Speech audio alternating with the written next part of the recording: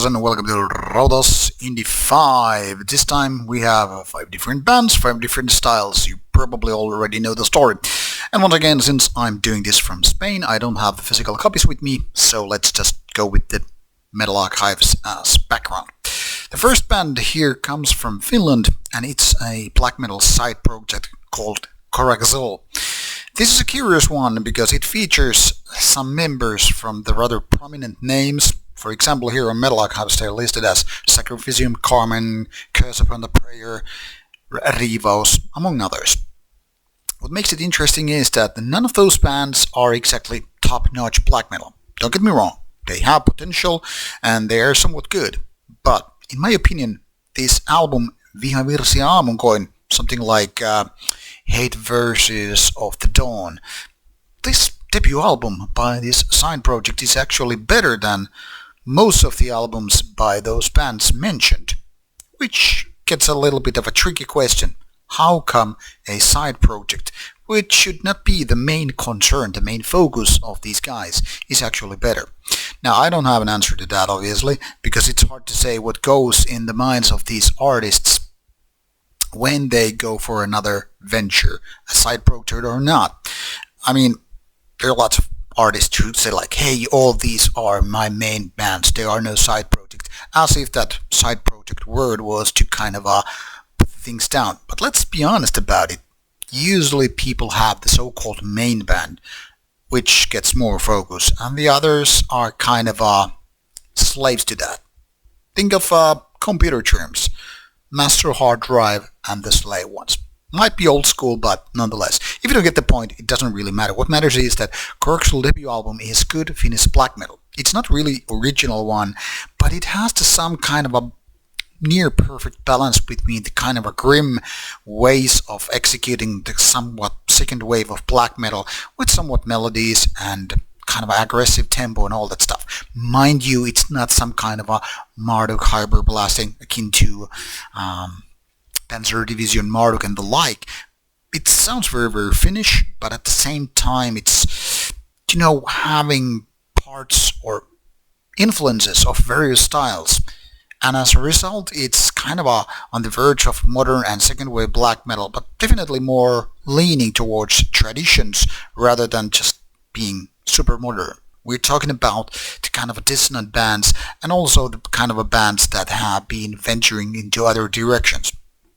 Now, if you are into Finnish black metal, there is no reason, absolutely no reason why not to check out Coraxul. My only concern is that since this is somewhat slave to the main bands, what will happen to the band in the future? Is this just going to be one spin of an album and that's it? Or will there be more love for this band by the band members? I guess we shall see. But this is indeed a good album and I totally think people should be checking it out. The next one is also a Finnish black metal project, and there is very, very little info about it. I mean, for example, there is no website for the band. It's just official merchandise through the label Purity Through Fire, both releasing that Coraxul album as this one, and also some other albums on this Indie 5 video. The members list. These are all just weird, names. Liger, Cthulhu, Centurion, Necrolancer, and Lord Seppuku. To be honest, I find a lot of, I wouldn't use the word cringe, but I find this kind of a humorous side project, which also gives me a kind of a feeling that this is a side project that the people want to keep anonymous for a couple of reasons. First of all, this might be even too goofy of a band and release, and also, sometimes people, when they're not super proud of what they have accomplished, might actually do that. I might be wrong here, but I get that feeling because this is actually quite crappy for an album. This seems more like a demo. Production is very, very weak, and this is a good example what people do when they don't understand what makes a good raw black metal production, lo-fi or not, and what is, bad one. For example, if you think about Darkthrone early days, and they had raw production, some people were thinking that was like a lack of equipment or lack of skill or whatever, where in fact they totally understood what to do, and how to execute it. And then there are lots of bands which just go for a kind of a raw sound and don't know how to do proper raw sound. And Kriegzeit debut album Hateworship is a good example of that. Everything here sounds plain as weak. The guitar sound is almost pathetic. And it definitely affects how I feel about this album, because some of the riffs are actually potential, but because of the guitar sound is so goddamn sloppy and powerless and, dickless, lacking balls, it makes this album kind of intolerable. It's not super bad, but it definitely takes a lot of the potential power away from this album. Mind you, there are lots of sloppy riffs as well. It seems like this is one of those weekend projects that you go to the summer cabin with your friends and, too many beers, and then you just have to do something because you're kind of limited with your time and equipment, and boozing takes too much time. And then you just use those kind of weird ass artist names because you're not exactly proud of what you accomplished, but you want to kind of publish it anyway, release it, because hey, we spent the whole fucking weekend doing this material. I'm gonna say this is a good example of why Finnish black metal is not always good. It's not like I can disrespect the artists here. I don't know who they are. I don't frankly care that so much. But this is not a good album. This is less than mediocrity. And as such, I am baffled why this was released on CD in the first place. Demo material, no better than that. Avoid it if you can. Then we go to Sweden, once again with Purity True Fire release. Here it says different label, but this album came to me anyway from Purity True Fire. This is a second album, Untitled vemodets, töcken. It's a Swedish side project by a guy who has way too many bands. Svartdautus is a man who has way too much free time, or maybe too much just quantity over quality. Lots of bands, and lots of them has way too many releases. And as a result, this band here has only 2 albums and only 2 demos. That is within like 3-4 years of time. So it's actually quite a lot.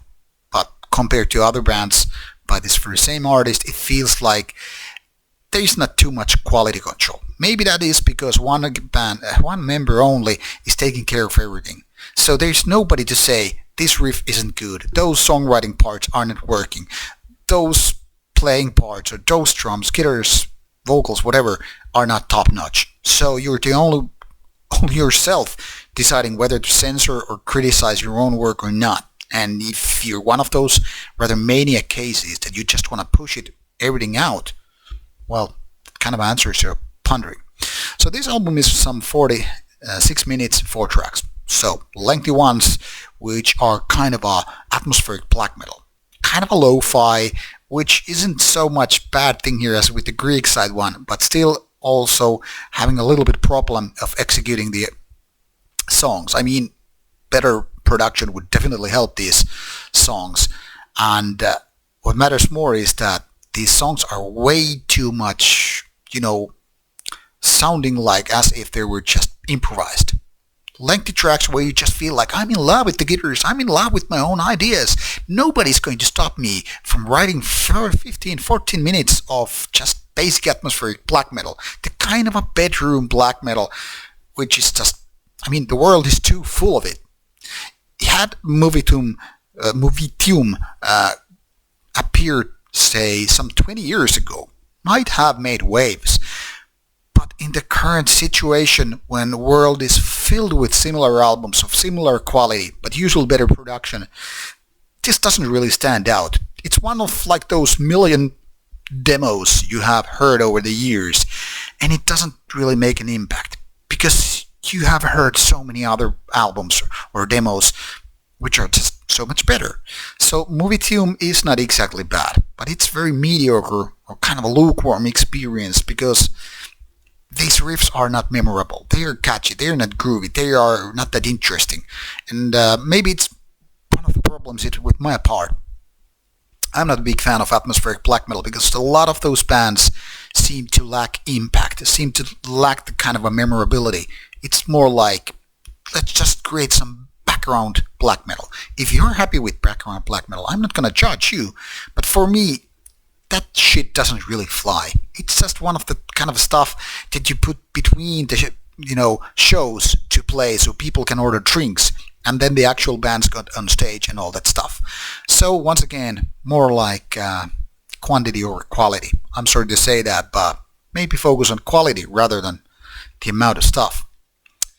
Then the only non-purity through fire release on this Indie 5 is from Finland, and it's more like a sludgy doom metal release by Stabat Mater, and the second album, Treason by the Son of Man. Most guys probably know Mikko Aspa from bands like Clandestine Blaze and from his label Northern Heritage, which is also the label for this release. But Mikko Aspa is also active with other projects, and Stabat Mater is one of those. Mind you, this band has been here for more than 20 years now, but never been the focus of his time. I mean, only 2 albums and some split releases over the years, so not exactly the most active ones. I mean, there was more than 10 years span between this and the first album. Metal Archives lists this as funeral doom metal, but I have to disagree. This is more like sludge doom. Dirty, rusty, very heavy, but not exactly catchy or memorable album as such. Now, my problem with the style is I'm not exactly a sludge metal fan. Those who are probably can enjoy this album way more. This is also made of 3 lengthy songs. That's kind of a fitting for the genre, so it's not a minus here. But my problem is I'm not a fan of this kind of riffs. So I can kind of like the atmosphere, and I kind of can enjoy the heaviness of this album, as well as Mikko's rather growly, dirty, grunty vocals. But when it comes to the actual songs, this isn't, really clicking with me. Not more than, say, power metal or metalcore. I'm just kind of a stranger to the genre, and probably totally wrong guy to even review this kind of material. But if you like dirty, rusty, sludgy, doomy metal stuff, check it out. For me, this is much like Muvitium, too much kind of a background stuff and not exactly punching me in the face with those strong riffs and all. So there's that. Last but definitely not least is in fact the second best release on this Indie 5 pile. This is Ulfarr from United Kingdom. Now it's curious that given that Venom came from United Kingdom, there was a huge hiatus when it comes to black metal coming from UK, at least in big terms. I'm not talking about, of course, bands like Cradlefield or even Hecate Enthroned. I'm talking about the more second wave, rawness, grimness kind of black metal bands that could have been coming out of UK as well. I mean, come on, every other country in the world was doing that kind of black metal, but UK, nah, we just focus on doom and, death metal and grindcore and all that stuff. But in 2000s, later anyway, these kind of bands started to emerge.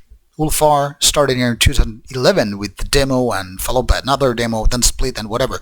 So within 10 years or so, they have done some 10 releases, but no full album out yet.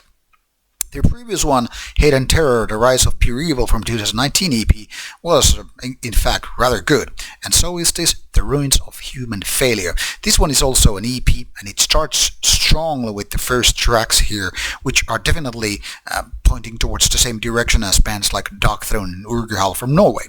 So very, very Nordic sounding, kind of a grim, simple riff-based black metal, very riff-driven, and like I said, it's kind of a grim and simplistic, barbaric. One could say, yeah, you can hear Celtic Frost or Bathory or Venom, influencing this kind of stuff. So it's not like modern sounding black metal. Towards the end, I guess with these bonus tracks, I'm using quotation marks because I think on Bandcamp side, these were kind of labeled as bonus tracks or some kind of re-recorded track. So I don't know if they were originally part of the whole EP here. Whatever it is, they are not as good as the first tracks. So this starts strongly, and as you can see probably, around 3 minutes. They're right to the point, whereas the 2 latter tracks, lengthier and kind of losing the impact moment. If this had been only the 4 first tracks, I would say this would be top release by Ulfarr. I mean, this would have been even better, but because of the end, the decline kind of damages the whole deal here. Well, just a little bit though.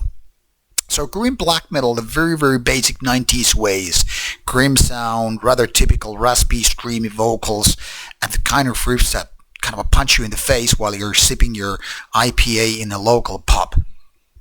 Good in my opinion, but could be a lot better too. Kind of a lacking originality and maybe some kind of a catchiness, which is essential part of the classic 1990s Norwegian albums. But like I said, this is the second best release on this Indie 5. Only the Coraxul album is better one in my opinion. So definitely worth checking out if you like 1990s inspired black metal in the first place. So this is Rauta's Indie 5. Check out the bands you're interested in, and you will find links provided in the description box. And if you can't find some albums like on Bandcamp or your favorite streaming services, at least all the releases can be found on some of those. That's how I use them, be it YouTube, Bandcamp or Spotify. So check it out and maybe let me know what you think about it. This is Rauta. See you soon with more reviews coming away. Adios.